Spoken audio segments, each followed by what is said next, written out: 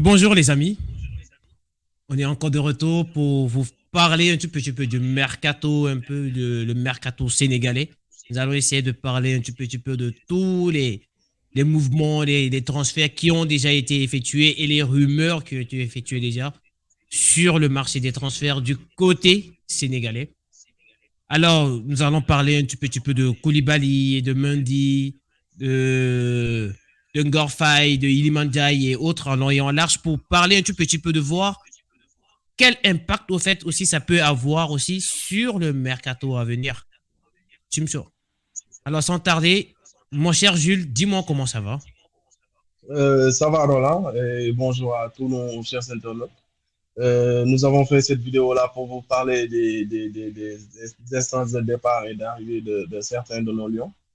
Voilà, et j'espère que la vidéo vous plaira. Partagez et surtout likez la vidéo, s'il vous plaît. C'est très important de leur rappeler ça parce que vraiment c'est important aussi pour nous pour le référencement et tout. Parce que les likes, les partages et tout, ça aide aussi à vraiment grandir, que la chaîne vraiment soit beaucoup plus référencée aux yeux des autres.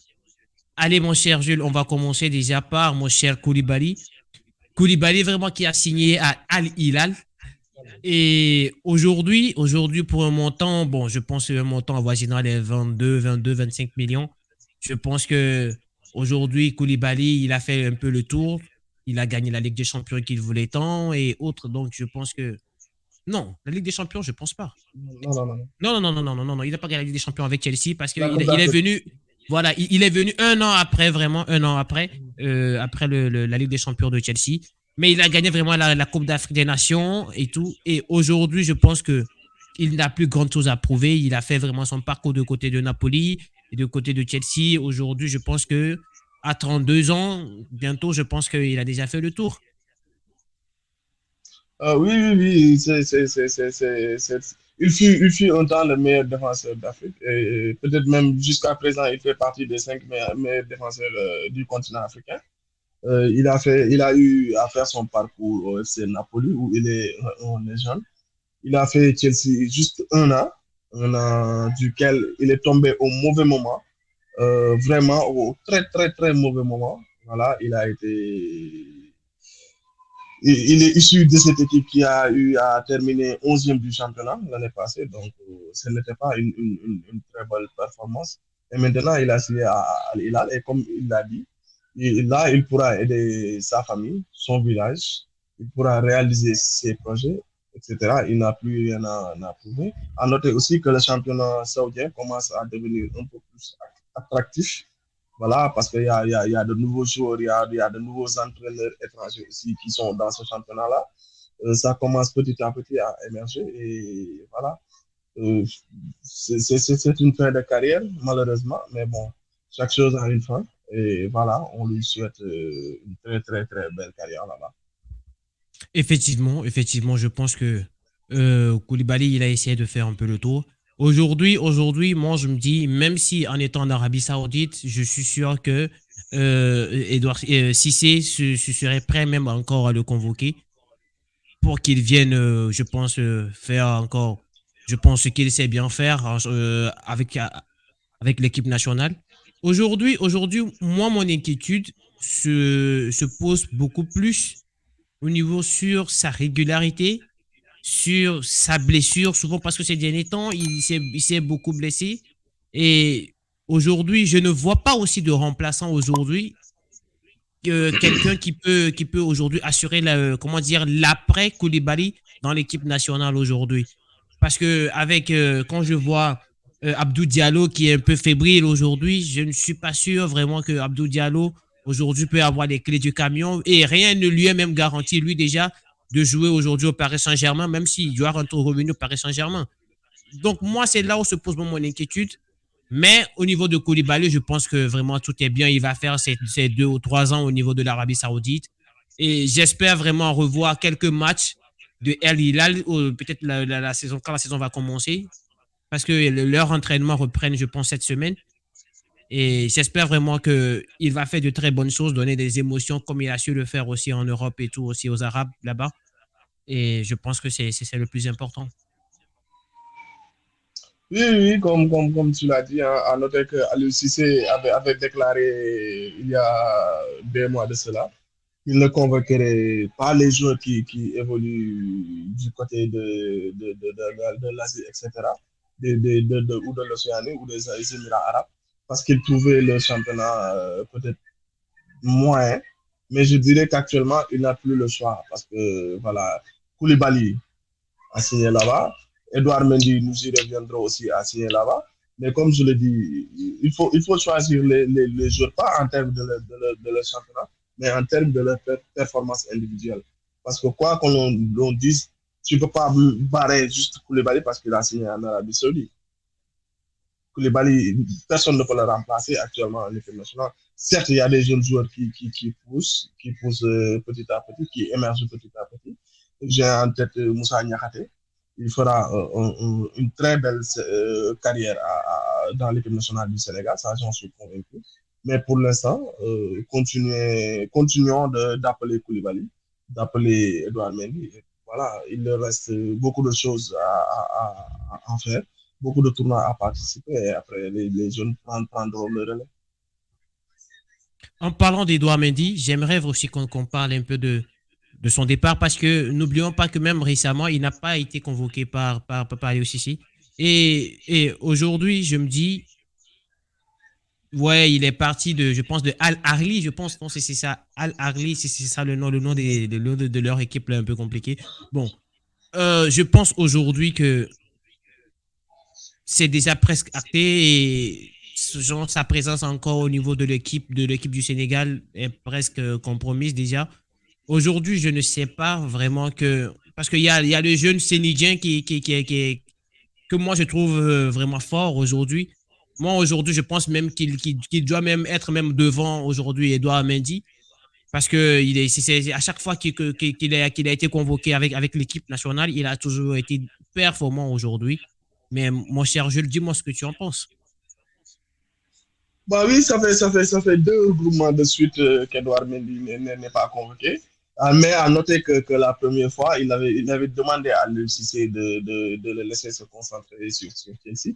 Moi, c'est un gardien que j'ai de la peine pour lui, en fait. Parce qu'il a été tiré, il a été fustigé par Graham Potter. Il a été démoralisé par Graham Potter. Il a été ridiculisé par Graham Potter. Mais On va aller sur le dossier Ilimandiaï. Je pense l'OM qui aimerait vraiment faire signer Ilimandiaï, dont il y a aussi plusieurs clubs de première ligue qui sont dans la course, en fait, dont Everton. Mais moi, aujourd'hui, Ilimandiaï à l'OM, je pense que ça serait vraiment, comment dire, un upgrade pour lui. Mais moi, mon souci, c'est est-ce qu'il pourrait vraiment s'intégrer parce que aujourd'hui, il y a eu un changement de coach. Parce que la formation que jouait Tudor était un peu comparatif au fait au système de jeu dans lequel est incorporé Ilimandiaï de côté de Sheffield.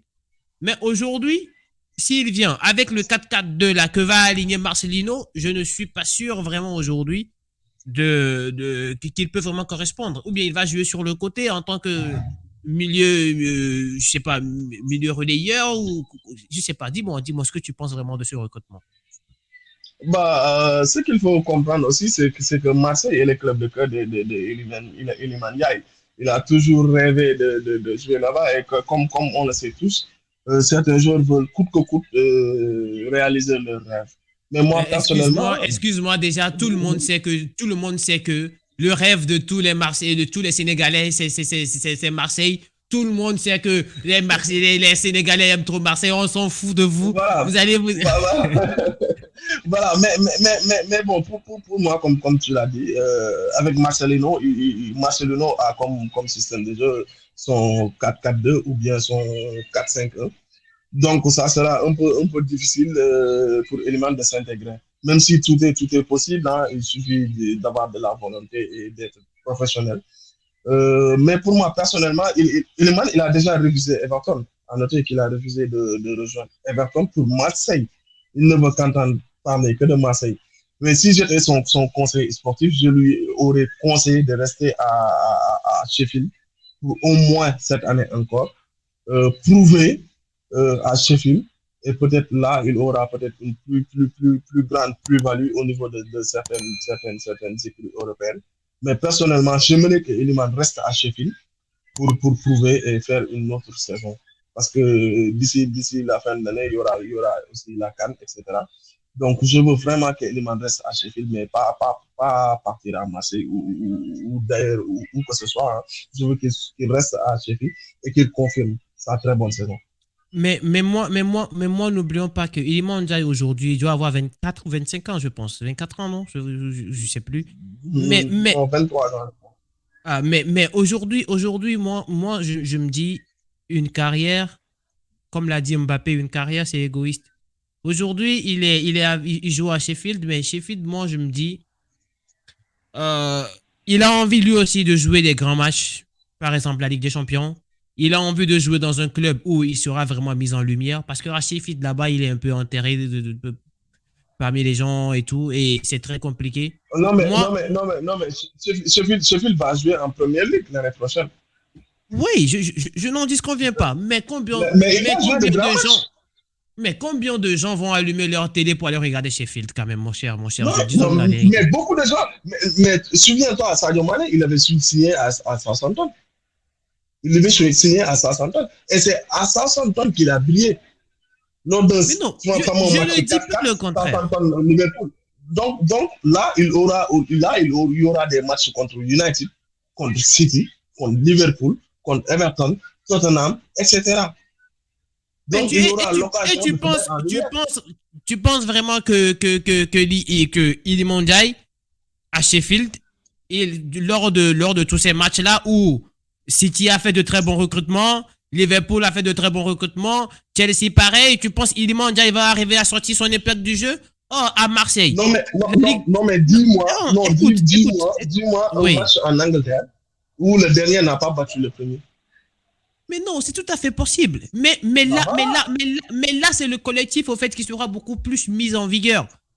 Tu me comprends? Mais à Marseille, Donc, s'il tout ce vient. que tu veux dire, c'est qu'il part à Marseille, c'est ça. Mais non, en fait, tu sais, moi personnellement, toi-même, tu sais à quel point je déteste Marseille.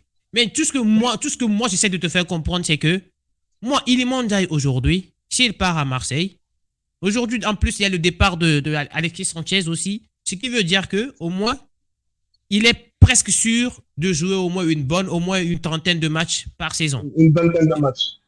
Et en plus, Marseille va jouer la Ligue des Champions s'ils arrivent au moins à se qualifier au niveau des barrages. Ou qu'à contraire, il va jouer l'Europa League. Tu me suis?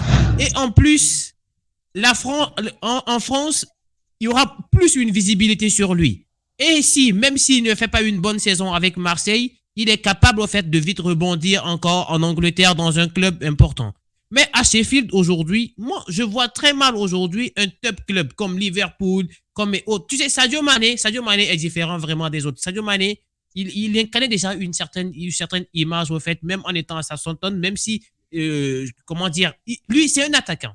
Il est mondial aujourd'hui, il n'a pas vraiment au fait, comment dire, la carrure ni un peu l'image qu'il faut aujourd'hui pour l'accompagner aujourd'hui pour devenir une star vraiment d'une équipe ou de la sélection sénégalaise. Tu me comprends? Mais en étant à Marseille aujourd'hui, je pense qu'il peut se faire un nom à Marseille parce que c'est un enfant de l'équipe.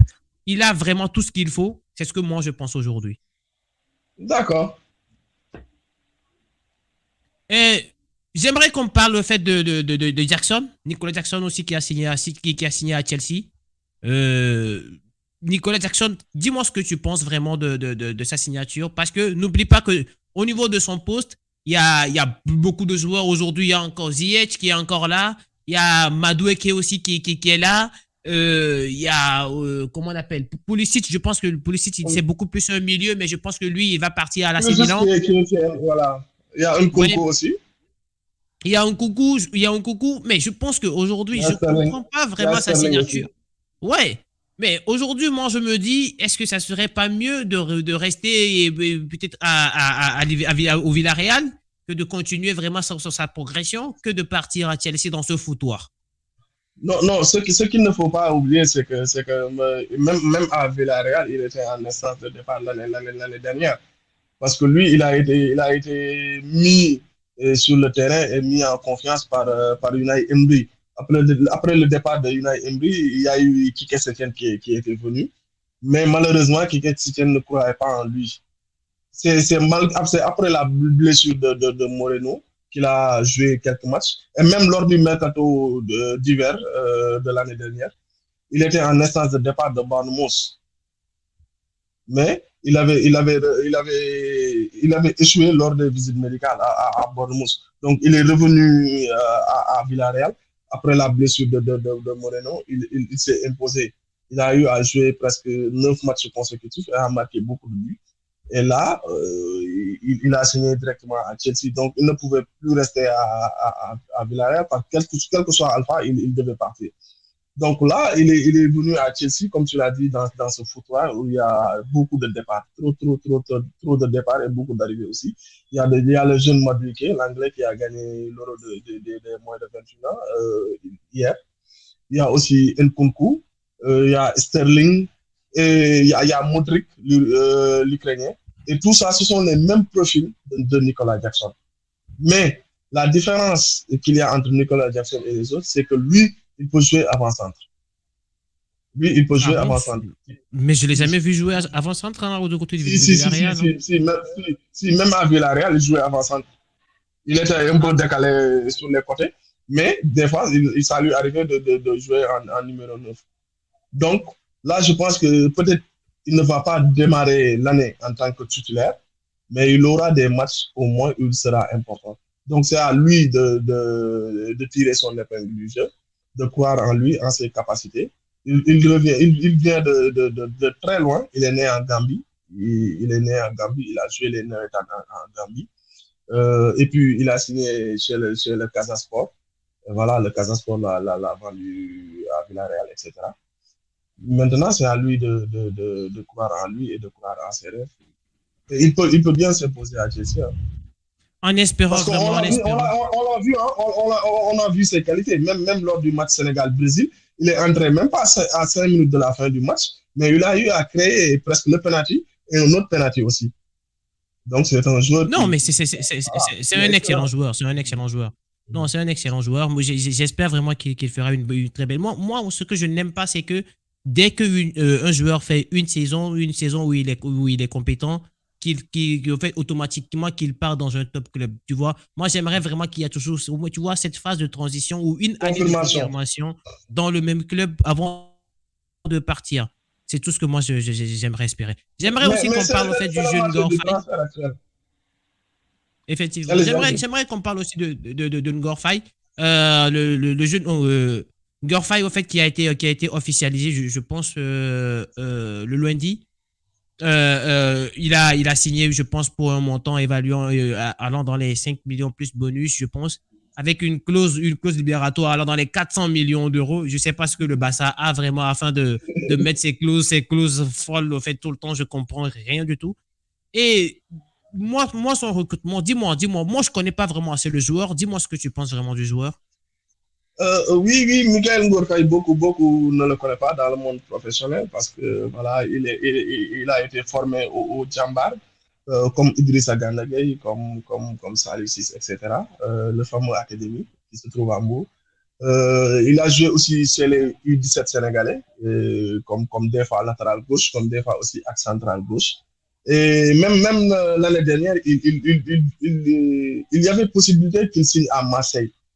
Il y avait possibilité qu'il signe à Marseille, mais c'est dans les derniers instants qu'il y a eu des complications. Donc, il a préféré signer en Croatie, en D2 Croate. Et voilà, même pas en un an, il a réussi à signer au FC Barcelone. Et c'est Deco, hein, Deco qui l'a découvert, le nouveau directeur sportif de Blaugrana, qui l'a découvert et qui a incité le FC Barcelone à le recruter. C'est un très bon arrière-gauche avec une très belle vision de jeu, combatif et vif aussi. Il a une telle capacité à courir vite et à faire des centres en mouvement, etc. Il est très intéressant pour l'FC Barcelone. Mais peut-être que je pense que cette année-là, il va jouer directement chez le Barça B pour faire ses preuves, pour ensuite espérer intégrer l'équipe A.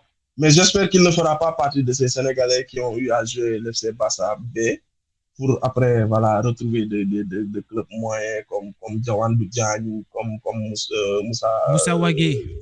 Moussa Wagé, comme Alpha Djonkou qui est de retour après à Grenada. Il a été prêté 2 fois au FC Barcelone. La Grenade monte en D1 espagnol, donc il est retourné à Grenade, comme aussi Moussa Ndiaye. J'espère que lui, il aura sa chance. D'accord, mon cher, en tout cas, je te remercie. On est arrivé vraiment à la fin de ce petit journal Mercato du Sénégal. J'aimerais vraiment remercier vraiment tous nos internautes, tous ceux qui ont vraiment nous ont suivis du début jusqu'à la fin. N'oubliez surtout pas, les amis, de partager, de liker. Vraiment, c'est très important pour nous, pour le référencement. Et on vous dit à tout de suite. Au revoir, mon cher Jules. Au revoir.